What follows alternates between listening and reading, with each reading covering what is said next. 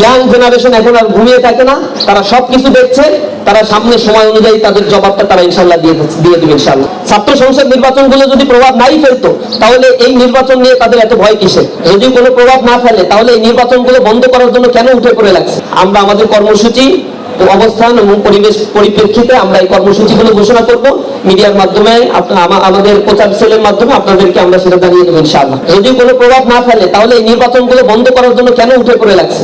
22 তারিখে দেখবেন আপনারা সিলেট থেকে নির্বাচনী প্রচারণা করার, উদ্বোধন ঘোষণা করার তারিখ শিডিউল ঘোষণা করছে একটা রাজনৈতিক দলের প্রধান নেতা।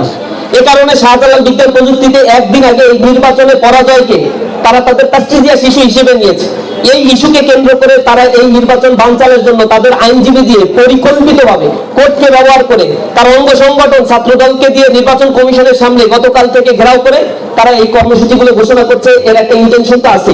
ছাত্র সংসদ নির্বাচনগুলো যদি প্রভাব নাই ফেলতো তাহলে এই নির্বাচন নিয়ে তাদের এত ভয় কিসের?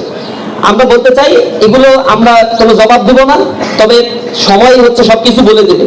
ইয়াং জেনারেশন এখন আর ঘুমিয়ে থাকে না, তারা সবকিছু দেখছে, তারা সামনে সময় অনুযায়ী তাদের জবাবটা তারা ইনশাল্লাহ দিয়ে দেবে ইনশাল্লাহ। ছাত্র শিবিরকে মিডিয়া ফ্রেমিং করা হয়েছে দীর্ঘ সময় ধরে। ছাত্র শিবির 90-এর দশকে যত ছাত্র সংসদ নির্বাচন হয়েছিল কলেজ আর বিশ্ববিদ্যালয়গুলোতে আপনারা খোঁজ নিয়ে দেখবেন সেখানে ছাত্র শিবির বিজয় অর্জন করেছিল। তো কি কারণে করেছিল? তখনও ছাত্র শিবির ভালো ছিল, তাহলে মাঝখানে ভালো ছিল না কারণ কাজ করতে দেয়নি, মিডিয়ার কাছে আমাদের যেতে দেয়নি, আমাদের কর্মসূচিগুলো যা পালন করেছে মিডিয়া আনতে দেয়নি।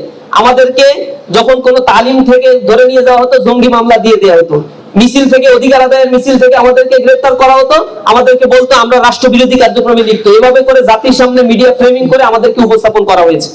আজ ইসলামী ছাত্র শিবিরের কর্মসূচি 1977 সালে যেমন ছিল এখনো তেমনই আছে। আমরা কোনো নতুন কিছুই করছি না, একই কাজের ধারাবাহিকতাই আমরা বজায় রাখছি। শিক্ষার্থীরা আমাদের কাজগুলো অ্যাপ্রিসিয়েট করছে, আমাদের সাথে শিক্ষার্থীরা ছিল, আমাদের সাথে শিক্ষার্থীরা আস্থা রাখছে। ইনশাআল্লাহ তারা আমাদের পক্ষে থাকবে।